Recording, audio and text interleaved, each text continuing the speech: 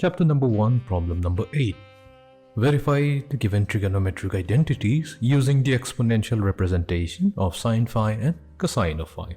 So here we begin with problem number 1. We have to prove the identity sin squared phi plus cosine squared phi is equals to 1. So here we have the exponential representation of cosine function is e raised to the power of j phi plus e raised to the power of negative j phi divided by 2. And the exponential representation of sin phi will be e raised to the power of j phi minus e raised to the power of negative j phi divided by 2j. Now we substitute this value into the left hand side of the identity.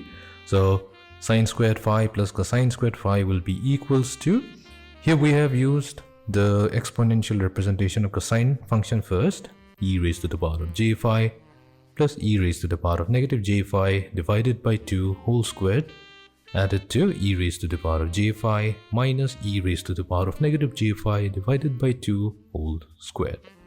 So let's expand each of the term. We have 1 over 4 multiplied 2.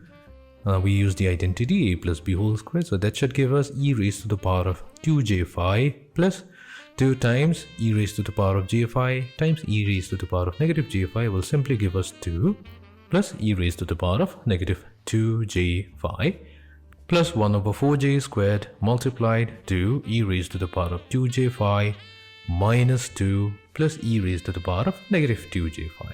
We know that j squared is equals to negative 1, so we get negative 1 over 4. Now we will take 1 over 4 as the common factor, so that should give us e raised to the power of 2j phi plus 2 plus e raised to the power of negative 2j phi minus e raised to the power of 2j phi is 2 minus e raised to the power of negative 2j phi.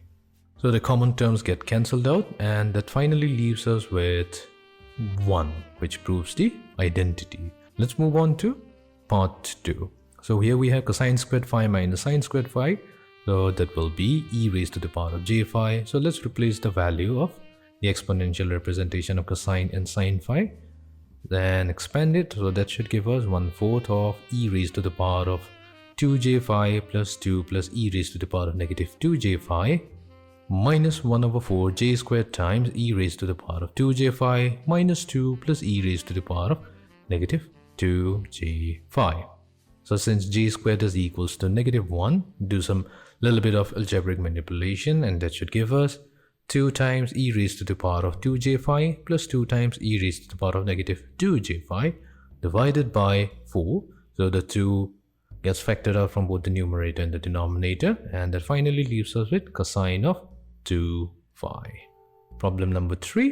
So here we have 2 times sin phi times cosine phi.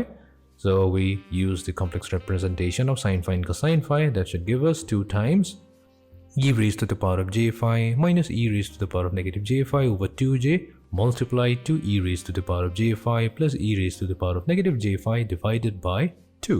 So the 2 and 2 gets factored out, and that finally leaves us with 1 over 2j multiplied to an identity a minus b times a plus b, which is simply a squared minus b squared. So using that particular fact, we can multiply the 2 exponential.